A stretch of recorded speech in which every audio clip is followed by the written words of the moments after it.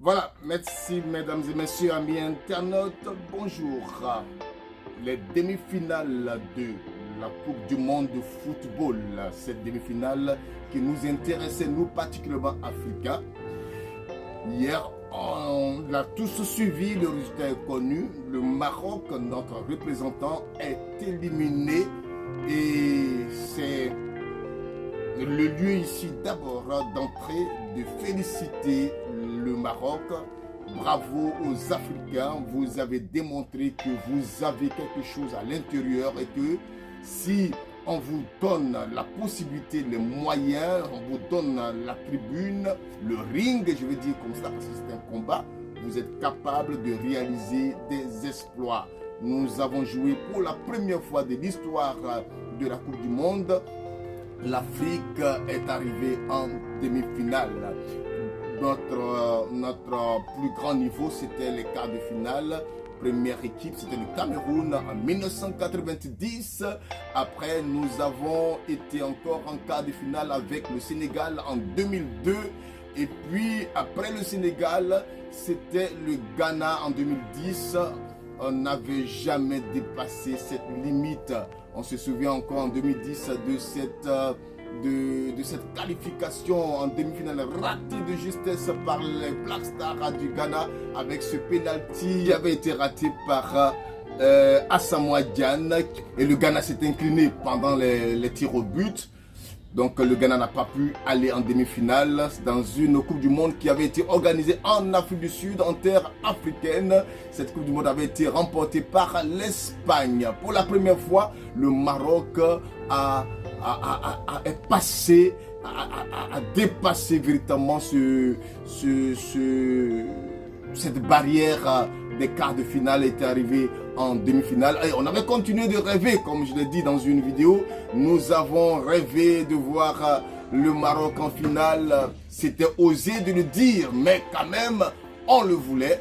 Et contre la France, et quand on a vu le match d'hier, on pense que le Maroc avait les moyens véritablement de se qualifier, mais le Maroc est entré timidement dans ce match et ils n'ont pas eu véritablement on n'a pas reconnu ce Maroc qu'on a vu depuis le début de ce mondial. Excusez-moi quand je parle de cadre, de ce mondial. Donc ils étaient un peu, on a senti, ils se sont fait une pression. Et dans cette pression, ils ont pris un but qu'il ne fallait pas. Ce n'est pas du tout facile de pouvoir courir après un but à ce niveau de la compétition. Et donc, ça a payé pour les Français. Et ça n'a pas été tout facile. Mais on ne peut pas parler de ce match sans parler de cette action de jeu dans la surface de réparation de la France où le joueur français du nom de Théo Hernandez est tombé et a eu une action sur l'attaquant marocain Soufiane Boufal.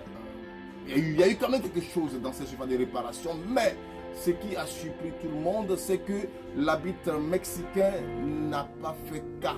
Au contraire, il va brandir un carton jaune à Boufal. Ça, c'était pas du tout, c'est pas bon. Et c'est pas beau. La France a un champion en titre. Ils ont les moyens de gagner le Maroc, mais quand il faut gagner, il faut gagner. Voilà, on savait très bien que Emmanuel Macron était au terrain et quand c'est comme cela, il y a un autre match qui se joue en dehors de ce terrain, mais quand même il faut être un peu plus, comment je peux dire ça, comme dirait quelqu'un, il faut être un peu plus élégant pour ne pas faire des erreurs de ce genre. C'est pourquoi ici, la presse marocaine l'a décrié. Je vais lire un article, le titre d'un article écrit par Bouchra Shakir, elle est rédactrice en chef de Arab Travel Invest, qui dit « Erreur ou scandale arbitral ». Oui, les erreurs, ça peut arriver, ça peut être une erreur, mais aujourd'hui, la FIFA a envoyé la VAR, voilà.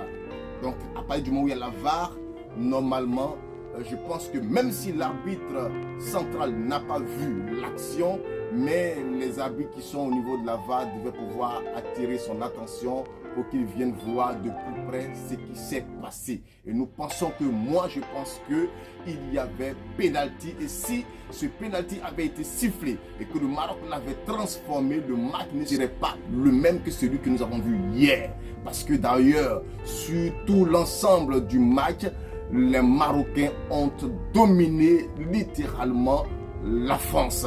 À part l'entrée de jeu où le Maroc était un peu perdu, mais le Maroc a pu retrouver progressivement ses repères, mais a beaucoup péché, ça il faut le dire, a beaucoup péché dans la finition. Mais ce n'est pas pour autant qu'il ne faut pas parler de ce penalty. Un penalty fait partie du jeu, il fallait le siffler, ce n'a pas été sifflé, au contraire. Celui qui a été victime a été fait bourreau et il a reçu un carton jaune. Cela n'est pas du tout intéressant. Quand on va parler, il ne faudra pas dire que les Africains se plaignent toujours. Mais on pourrait dire que c'est peut-être parce que c'est une équipe africaine. Donc il fallait prendre une telle décision. Ce n'est pas du tout intéressant. Voilà, la France a gagné. Oui, la France avait les moyens de gagner. Mais ce n'est pas pour autant qu'il fallait lui donner un coup de main. Non, ce n'est pas normal. Et donc, je voulais finir cet élément en félicitant véritablement les Lions de l'Atlas qui ont véritablement mouillé le maillot, qui n'ont pas démérité. Mais ce n'est pas terminé. Il y a la 3e place à disputer. Donc, c'est dans quelques jours, nous allons disputer la 3e place. Il faudra véritablement prendre cette 3e place pour dire que les Africains ont les moyens de pouvoir même remporter cette Coupe du Monde. Mais seulement 5 places pour l'Afrique, c'est une injustice. Ça, c'est une injustice. Le football africain a évolué. Nous sommes dans les grands championnats, nous jouons les Champions League, nous sommes véritablement...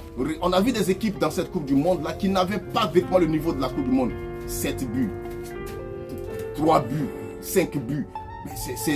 C'est grave. Quand vous voyez le Cameroun qui encaisse 3-1 face à une équipe comme la Serbie, mais qui réussit à remonter, ça veut dire qu'en Afrique, nous avons véritablement les éléments. Une Coupe du Monde de ce genre, sans le Nigeria, sans l'Afrique du Sud, sans la Côte d'Ivoire, à cause de ce que nous avons, 5 places seulement, je pense que c'est une injustice qu'il faut chercher à réparer. Tous les présidents de fédérations qui sont aujourd'hui actuellement au Qatar, je vous demande de plaider pour que véritablement le nombre de participants africains puisse être revu, parce que c'est pas normal. Donc voilà, nous félicitons tous les participants africains, le Cameroun qui est sorti la tête haute avec une victoire contre le Brésil, la grande équipe brésilienne du roi Pelé.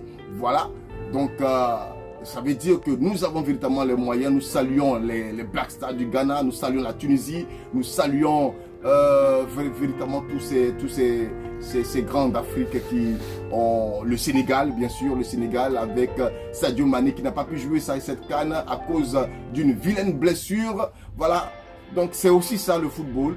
Donc le cap est mis sur le prochain mondial. Nous espérons que le nombre de 5, on va peut-être passer à 8. Et ça, on aura beaucoup de grandes équipes africaines qui vont démontrer des grandes choses dans ce mondial. Et ce n'est pas pour longtemps. Le mondial va arriver sur le sol africain. Nous allons remporter cette Coupe du Monde.